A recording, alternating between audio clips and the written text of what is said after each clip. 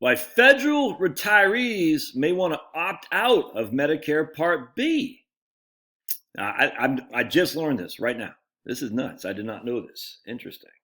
So I'm looking at my man Brad Rob's website at bobfinancial.com and subscribe to his YouTube channel right here. I'll put links in the show notes.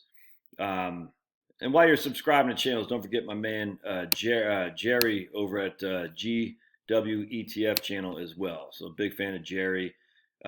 Subscribe to both these channels. Anyway, so I did not know this. This is crazy. A great reason not to take Medicare Part B for federal employees. One of the most common retirement questions, Dateline February 2021. One of the most common retirement questions from federal employees is, should I get Medicare Part B? While there's no one-size-fits-all answer, I do think there's a preferable one for higher-earning retirees. Why? IRMA, he calls it surcharges. He calls it IRMA later on, but we'll talk about it.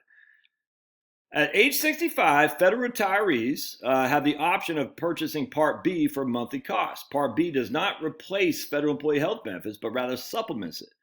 For those that choose to take Part B, it is my understanding that all medical costs are covered by either FEHB or Medicare. And again, Medicare Part B says no out-of-pocket expenses other than the premium. No, you still got to get the Medigap or supplement, but still, just for simplicity, there's not my expertise, especially when it comes to federal employee health benefits. This is nuts. Anyway, so then he talks about IRMA, and we're going to get a couple examples here.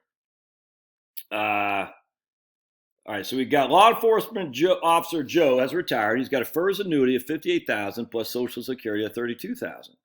That gives Joe $90,000 of annual income before taking any retirement distributions. If he has a TSP of $800,000, he'll be forced to take approximately $31,000 when he hits 72. Now, Joe's AGI increases to $121,000. I'm not quite so sure that's true, because I'm not sure all that Social Security will be subject to part of the AGI. I think it's going to be 85%, but it's going to be pretty doggone close. And so now his Part B premium increases to $297. It doubles. If he takes out a higher distribution one year, like Roth conversions, he can find himself tripling. It's going to get worse too.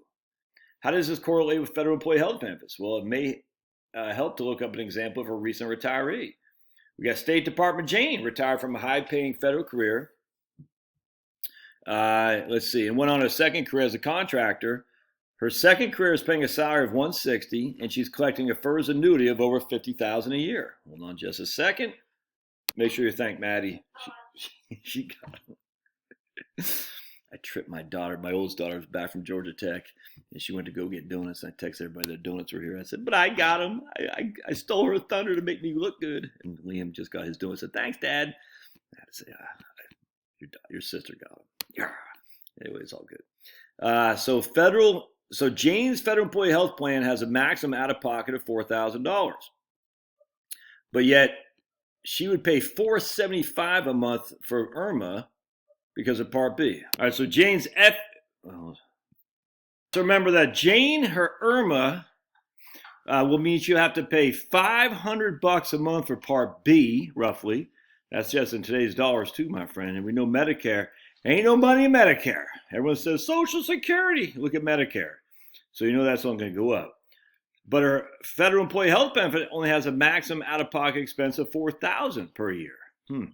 So the benefit to having Part B is having no out-of-pocket health expenses. Again, Medicare only pays for 80%. You still got 20% on the hook. But the Part B cost for Jane is incredibly high. She's paying over $5,700 to eliminate the $4,000 out-of-pocket expense. Of course, there's no guarantee that you'll hit your out-of-pocket expense. Most retirees, Brad speaks with, don't, but the probability of doing so varies, of course, from person to person. So what about a Roth conversion? Well, Roth conversion just increases your IRMA. Ooh.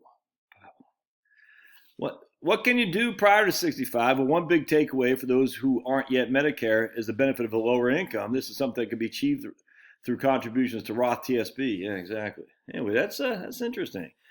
The decision of whether or not to take Medicare Part B is an important one, and your income range should play a role in that decision. All right, so let's think about this. So if federal employee health benefits covers everything in Part B, why would you even need Part B? I don't know the answer to that. Maybe Danielle Roberts over at Boomer Benefits would be able to give us light for that. But why would you even have Part B? To avoid a $4,000 annual pocket out of pocket, but you're probably not going to hit that anyway. And you might hit it every now and again, but you're certainly not going to hit it annually. I mean, maybe you do, but it's not like the Part B is cheap. Even if you don't have the IRMA, it's still $150 a month. You don't need Part D, by the way.